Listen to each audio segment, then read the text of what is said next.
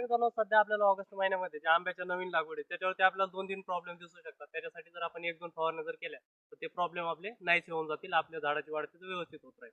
त्याच्यामधले प्रॉब्लेम कोणते? जर अशा जसा झाडाला फुटवा आलाय माझ्या मागे, अशा प्रकारे जर फुटवा जर आलेला असेल, तर तिथं 2-3 प्रकारच्या अळ्या येतात. एक म्हणजे पानं गुंडाळणारी अळी, दुसरी शूट बोरर म्हणजे शेंडा पोखरणारी अळी आणि तिसरा प्रॉब्लेम म्हणजे गॉल मिच म्हणजे ज्या नवीन झाडाला पानं आलेली त्याच्यावरती काहीतरी गाठी आल्यासारख्या येतात, काहीतरी फोड आल्यासारखे येतात. हे 3 प्रॉब्लेम दिसू शकतात आणि अजून एक गोष्ट म्हणजे काही ठिकाणी करपा आल्यासारखं दिसत असेल.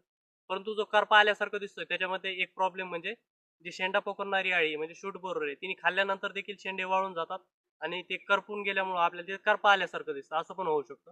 त्यासाठी आपल्याला कोणत्या फवारण्या घ्यायच्यात? बघा तुमच्या ह्याच्यावर फक्त जर अळी असेल, तर तुम्हाला काय करायचं अळीसाठी क्लोरोपारिफॉस किंवा इमामेक्टिन बेन्झोएट त्याचबरोबर एक बुरशीनाशक ज्यामध्ये 22 साप किंवा कॉपर ऑक्सिक्लोराइड या तिन्हीपैकी एक बुरशीनाशक तुम्ही वापरू शकता.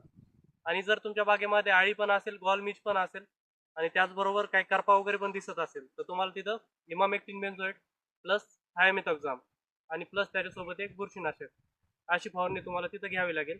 अशा पद्धतीने जर नियोजन केलं तर ऑगस्टमध्ये याच्या पलीकडे दुसरे काही रोग किंवा हे येतील असं मला वाटत नाही. त्या व्यतिरिक्त एक डिंक्या रोग असू शकतो, त्याची माहिती मी सविस्तर व्हिडिओ मोठा बनवलेला आहे, युट्यूबवरती फेसबुकवरती टाकलेला आहे. त्याच्यामध्ये त्याची माहिती दिलेली आहे. आणि असेच आपल्या आंब्याविषयी किंवा शेतीविषयी माहिती करण्यासाठी आपल्या फेसबुक किंवा यूट्यूब पेजला फॉलो नक्की करून ठेवा. धन्यवाद.